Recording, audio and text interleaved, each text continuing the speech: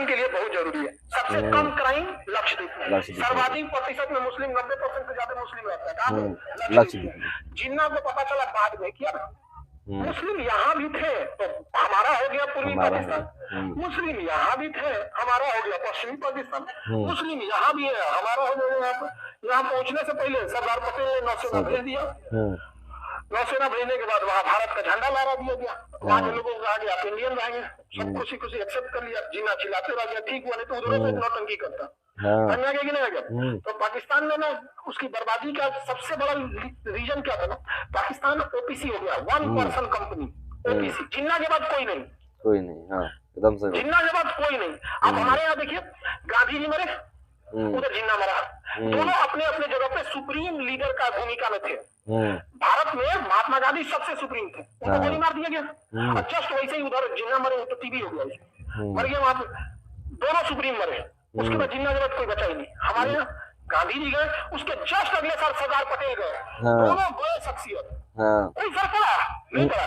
नेहरू ने संभाल लिया और कंटिन्यूअस 20 सालों तक, मतलब 15 साल तक सत्ता उनके बाद 66 तक रही थी, समझना है कि नहीं। कंटिन्यूअस आप समझिए कि 15-16 साल तक एक ही व्यक्ति के पास रही है, भारत की स्टेबिलिटी में बहुत बड़ा काम किया। उसके बाद अचानक उनकी मृत्यु हुई, लाल बहादुर शास्त्री है, उनकी भी मृत्यु हो गई 2 साल, इंदिरा गांधी संभाली, नहीं समझ आएगा। आज भारत में ऐसे मनमोहन सिंह के बाद मोदी जी संभाले, मोदी जी के बाद भी लोग देश संभालेंगे और बेहतर ढंग से संभाला जाएगा, समझा कि नहीं। इंदिरा गांधी के समय लगता था कि ऐसा कोई संभाल पाएगा कि नहीं, मनमोहन सिंह आए, अर्थव्यवस्था मर रही थी, संभाले कि नहीं संभाले, पूरी दुनिया देख रही थी बर्बाद हो गई थी, लेकिन संभाल लिया मोदी जी है।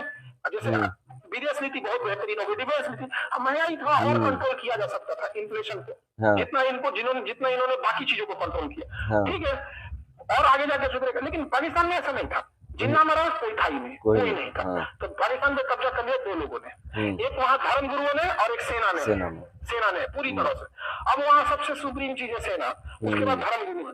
धर्म गुरु लोगों को कभी भी बहुत बड़ा सुप्रीमेसी नहीं, समझा गया कि नहीं आ गया, क्योंकि ना यहाँ जाने के लिए, धर्म गुरु बनने के लिए कोई एग्जाम इंट्रेंस नहीं देना होता है, आपको यूपीएससी देना पड़ता है। तो आप एक डीएम से ये उम्मीद रख सकते हैं कि वो कितना भी गुस्सा रहेगा ना तो एक मर्यादा में काम करेगा, क्योंकि इतना पढ़ा लिखा है। आप किसी डीएम को जाकर लड़िए जाइएगा ना तो एक तत्काल आपको कुछ अरेस्ट करा देगा, 2-3 हाथ लगवा देगा, लेकिन कभी ऐसा ना करेगा ना कि आपको पूरी, मतलब कुछ कर देते हैं, लेकिन उसके अंदर एक एथिक्स क्यों जोड़ा गया, एथिक्स सेक्टर क्यों जोड़ा गया यूपीएससी में, इसी सब चीजों के लिए इतना ना रेगरस एग्जाम ले लेता है।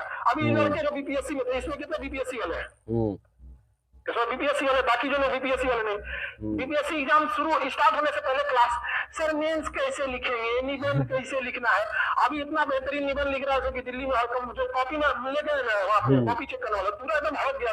बिहार का भी लड़का ऐसा लिख सकता है, हाँ हिंदी मीडियम में बेहतरीन लिखा, तो कॉपी लिखने में उन लोग की हालत खराब हो रही है यहाँ पे पूरा अच्छे ढंग से। बाकी तो आप लोग भी जिन लोग का ग्रेजुएशन होते जाएगा तैयारी करते रहिए। तो चौपट हो गया पाकिस्तान, समझ गया, जिन्ना के बाद कोई बचा नहीं, किसी को दिक्कत, 1 पर्सन कंपनी बन के रह गया था। हम लोग सब एक से एक हमारे यहाँ रहे हैं, हम लोग कभी धर्म को हावी होने दिए, कभी धर्म नहीं आने दिया। एक और भी रीजन था कि भारत में मेजॉरिटी में ना हिंदू थे, हालांकि भारत एक सेकुलर राष्ट्र शुरू से रहा।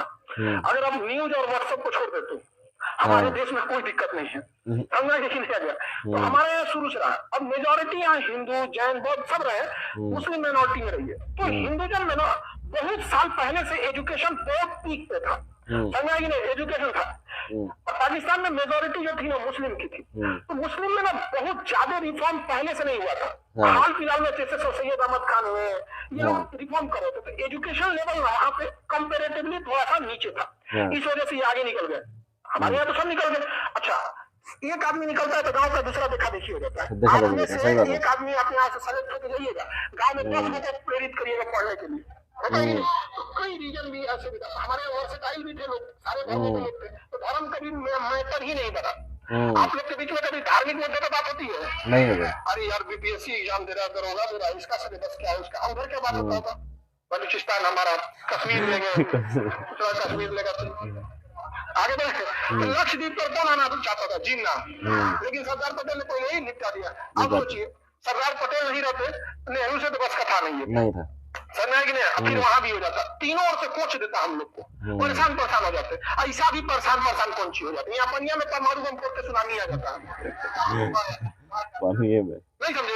क्या समझ गए। जाता है यहाँ पे सब मुंगा कहा गया है हमको टिकट तो अभी लो तुम खान साहब बताया कि पाकिस्तान क्यों बर्बाद हुआ और एकदम डिटेल में बताया, जिसको समझ में नहीं आता है उसको भी समझ में आ जाएगा कि पाकिस्तान क्यों बर्बाद हुआ।